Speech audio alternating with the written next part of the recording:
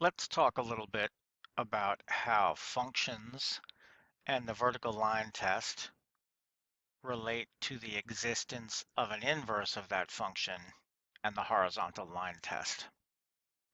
So here we have a function, the red line, and let's say I draw a vertical line, right? It touches exactly once.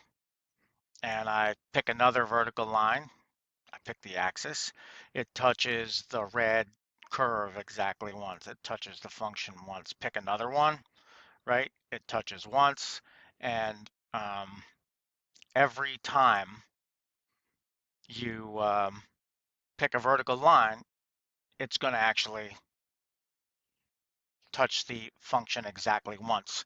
That's the definition of a function.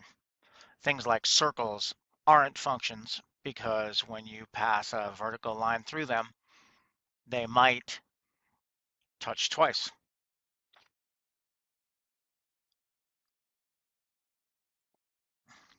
As you've seen, I've now drawn the inverse of the red function.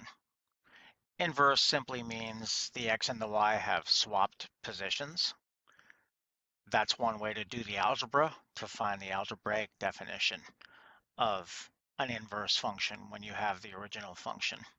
Visually, swapping x and y simply means reflecting over the line y equals x. I'll draw y equals x in there for you in a moment, right? Reflecting across that line, the symmetry shows.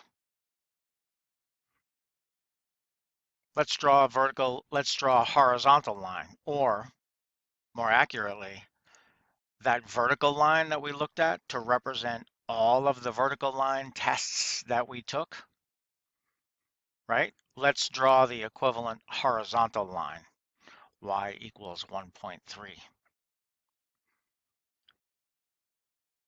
Now you see why the original and the inverse need to both pass both the vertical and horizontal line tests for the inverse to be a function, right? Every horizontal line test on a function is exactly like the vertical line test on the inverse. So if the original passes the horizontal line test, then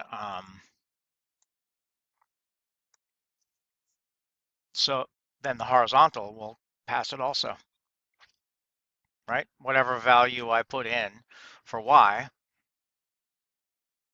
the red line and therefore also the blue line are both going to pass the test.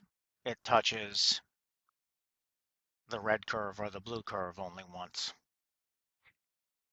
Again, does not matter what value I put in, 0.5, right?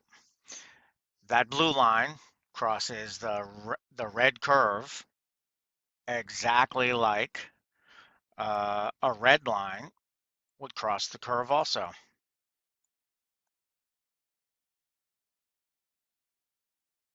And there it is. The red line crosses, the blue line, that means the blue line crosses because this function does pass the horizontal line test.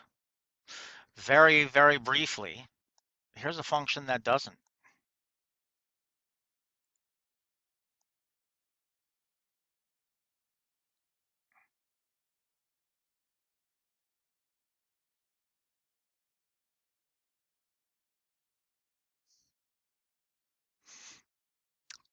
Right? This function certainly passes the vertical line test because it has to be called a function, right? We plug in any x value, we will get a y value, whether we can see it or not. That would hit at 16. 2 is going to hit up there at 4 at the top of the graph. 1.2 is going to hit somewhere between 1 and 2. Every vertical line shows only one point crossing the original function. That's why it's a function.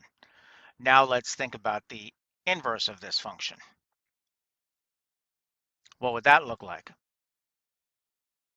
Well, Instead of trying to visualize that and then checking it for vertical lines, it's much simpler to go ahead and check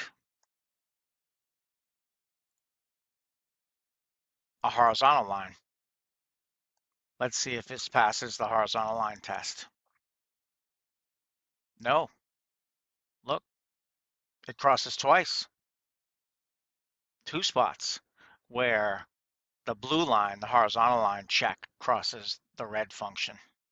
And for most values, you'll see that's true, right? I say most because if we do graph y equals 0, we do only touch once.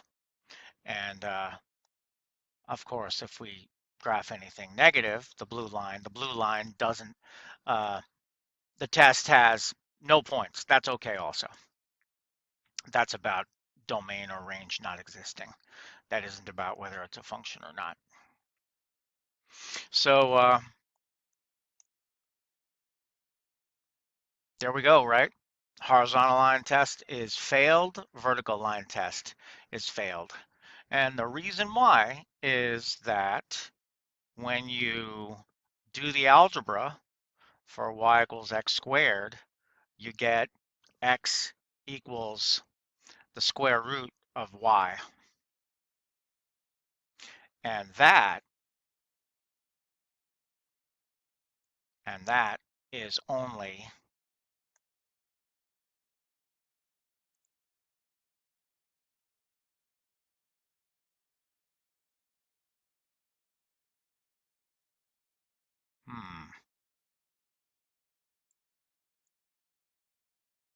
oh, sorry, my mistake.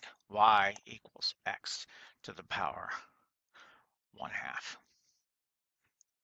Right? The inverse of the y equals x squared, well, to be a function, it would have to have only half of the parabola. If you actually write down x equals y squared, you see that what you get is a sideways parabola. Sideways parabolas don't pass the vertical line test. It's not a function, right? So passing the horizontal line test, it means the original would have passed the vertical line test, so it's a function.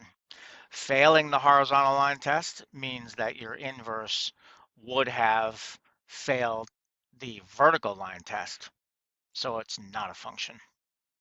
And there's your story.